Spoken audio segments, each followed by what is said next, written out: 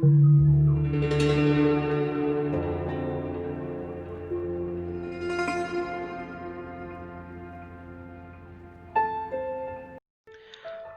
Romeo Juliet, हीर रांझा जैसी अमर प्रेम कहानियां सुनी होंगी।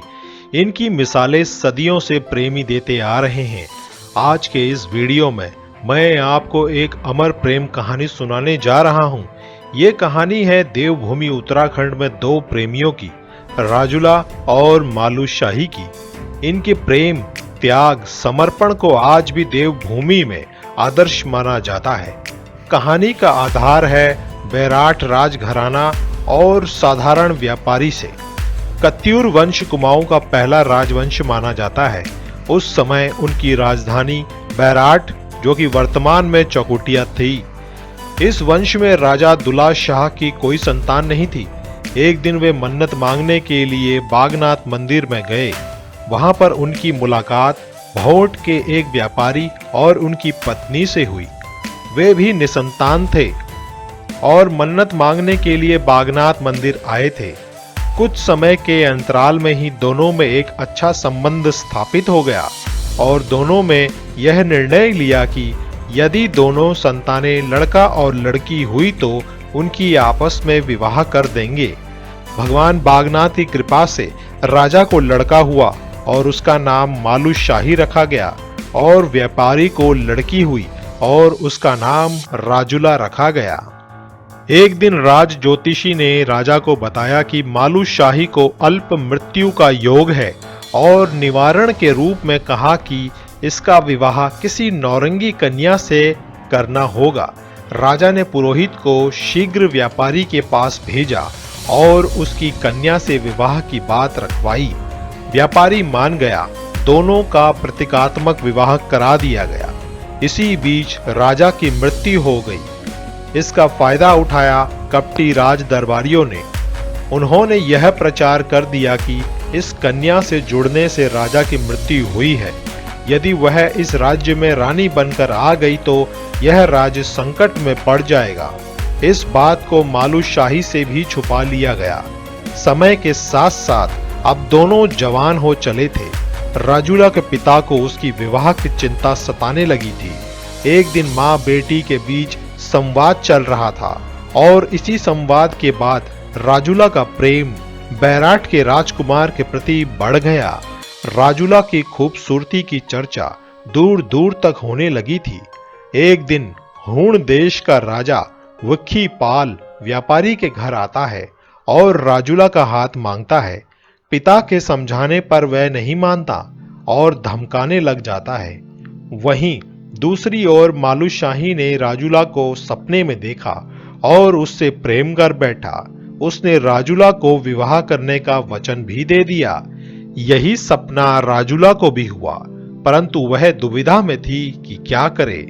उसने निश्चय किया कि वह बैराट जाएगी और मालूशाही से मिलेगी। एक रात वह चुपचाप एक हीरे की अंगूठी को लेकर रंगीली बैराट की ओर चल दी। रास्ते में उसकी मदद कप्पू पक्षी ने भी करी, रास्ता बताकर। रंगीली बैराट में मालूशाही जिद पर था कि वह राजुला से विवाह करेगा। उसकी मां नहीं मान रही थी। अंत में उसे एक जड़ी सुंघा दी गई, जिससे वह लंबी निद्रा में चला गया। इसी दौरान राजुला मालूशाही के पास पहुंची और उसने मालूशाही को उठाने का प्रयास किया, किंतु वह जड़ी के वश में था। अंत में राजुला ने उसे वह अंगूठी पहनाई और एक पत्र उसके समीप रखकर वापस अपने देश चली गई। कुछ समय पश्चात जब सब ठीक होने पर मालूशाही को उसकी निद्रा से उठा दिया गया, तब मालूशाही ने अपने हाथ में वह अंगूठी देखी और पत्र देखा। पत्र पढ़कर वह बड़ा दुखी हुआ और अफसोस करने लगा। अब उसने निश्चय किया कि वह राजुला को वापस लाकर रहेगा। मदद प्राप्त करने के लिए वे गुरु गोरक्षनाथ के पास गए। गुरुजी ध्यान में संलग्न थे।